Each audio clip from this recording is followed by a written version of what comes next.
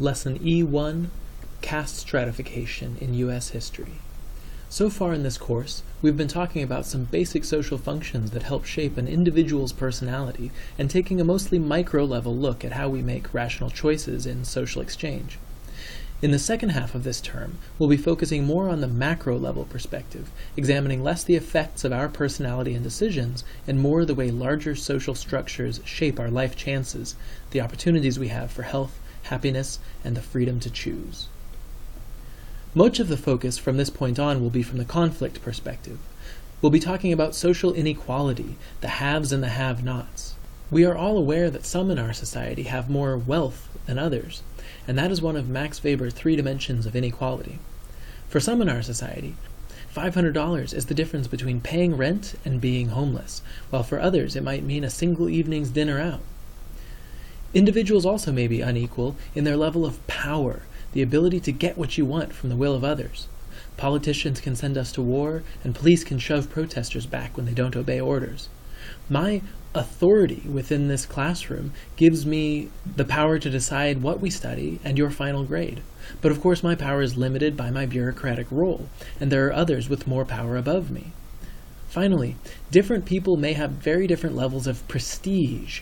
While someone who wins the lottery may gain great wealth, they are unlikely to get the same kind of respect given to someone who has made less money, but through their own skill or effort as a doctor. But inequality is bigger than just individuals. Built into the structures of our society is a hierarchy of unequal groups, which sociologists call our stratification system. The most obvious stratification is wealth, because as Karl Marx pointed out, in most of recorded history there have been some who are wealthy and some who are poor. The level of inequality between groups may change and middle-class groups may emerge, but the basic stratified hierarchy remains. For individuals within such a system, the question is, can I move between these layers? Movement between levels is what we call social mobility. Prestige is complicated. It depends on your reference group, so we'll be looking mostly at the kind of prestige valued by the dominant culture. In other words, while a tall mohawk gets you respect in the punk subculture, a tie is more prestigious when applying for a job. The way you dress may affect the way others see you, which is why people go on front stage to give the impression of prestige.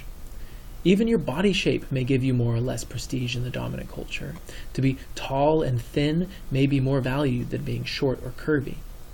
But those are mostly individual differences.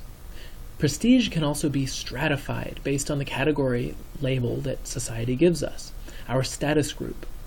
Kids and teens may face disadvantages by the assumptions people make about them, but because our society also tends to value youth, adults may find that in some ways their prestige declines with age, hence the many so-called anti-aging products available.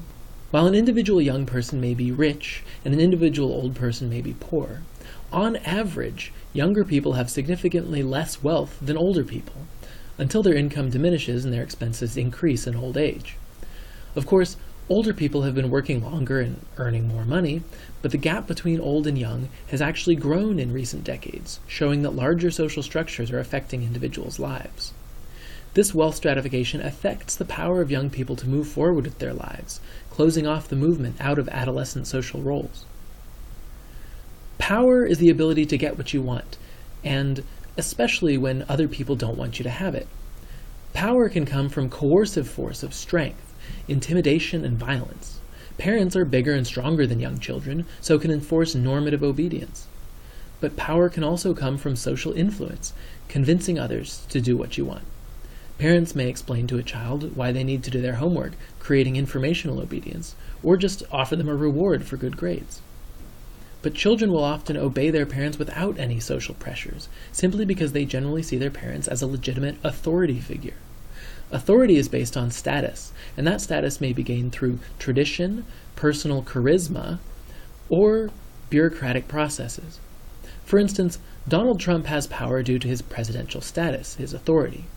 There is no tradition saying he should have this authority, and since his opponent won the popular vote, it seems she had more charismatic power.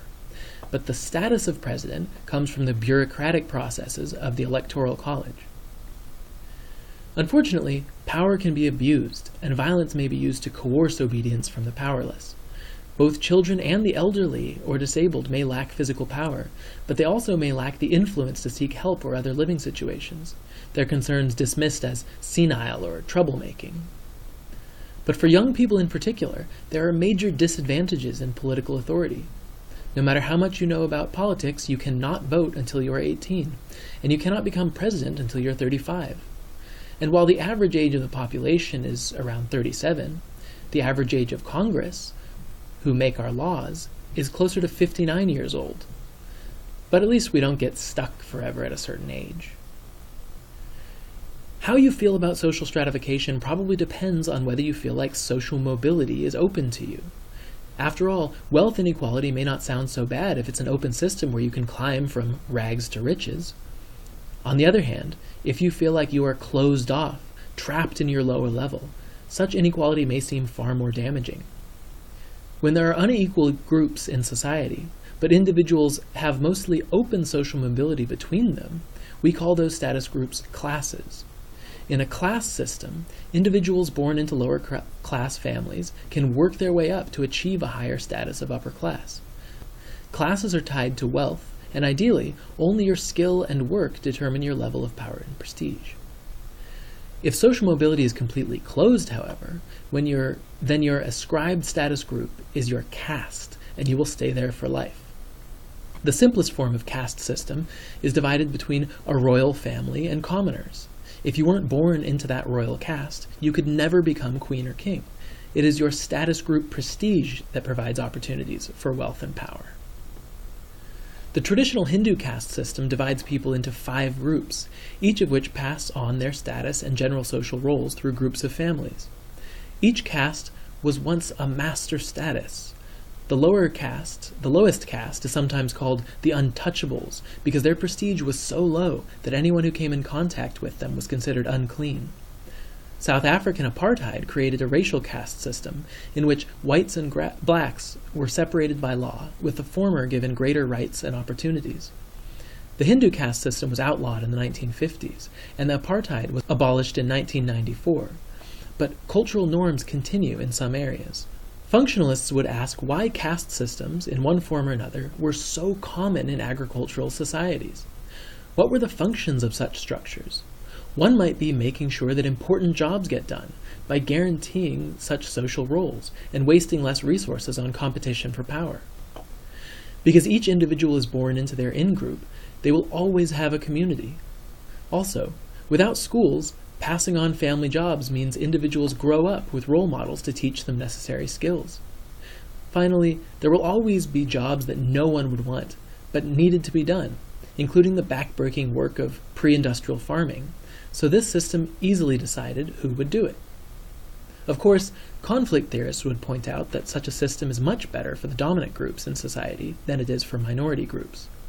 So who are the dominant groups? In the United States, arguably the dominant groups are those from Northwest Europe, sometimes called WASPs, or White Anglo-Saxon Protestants. And they are also generally straight men.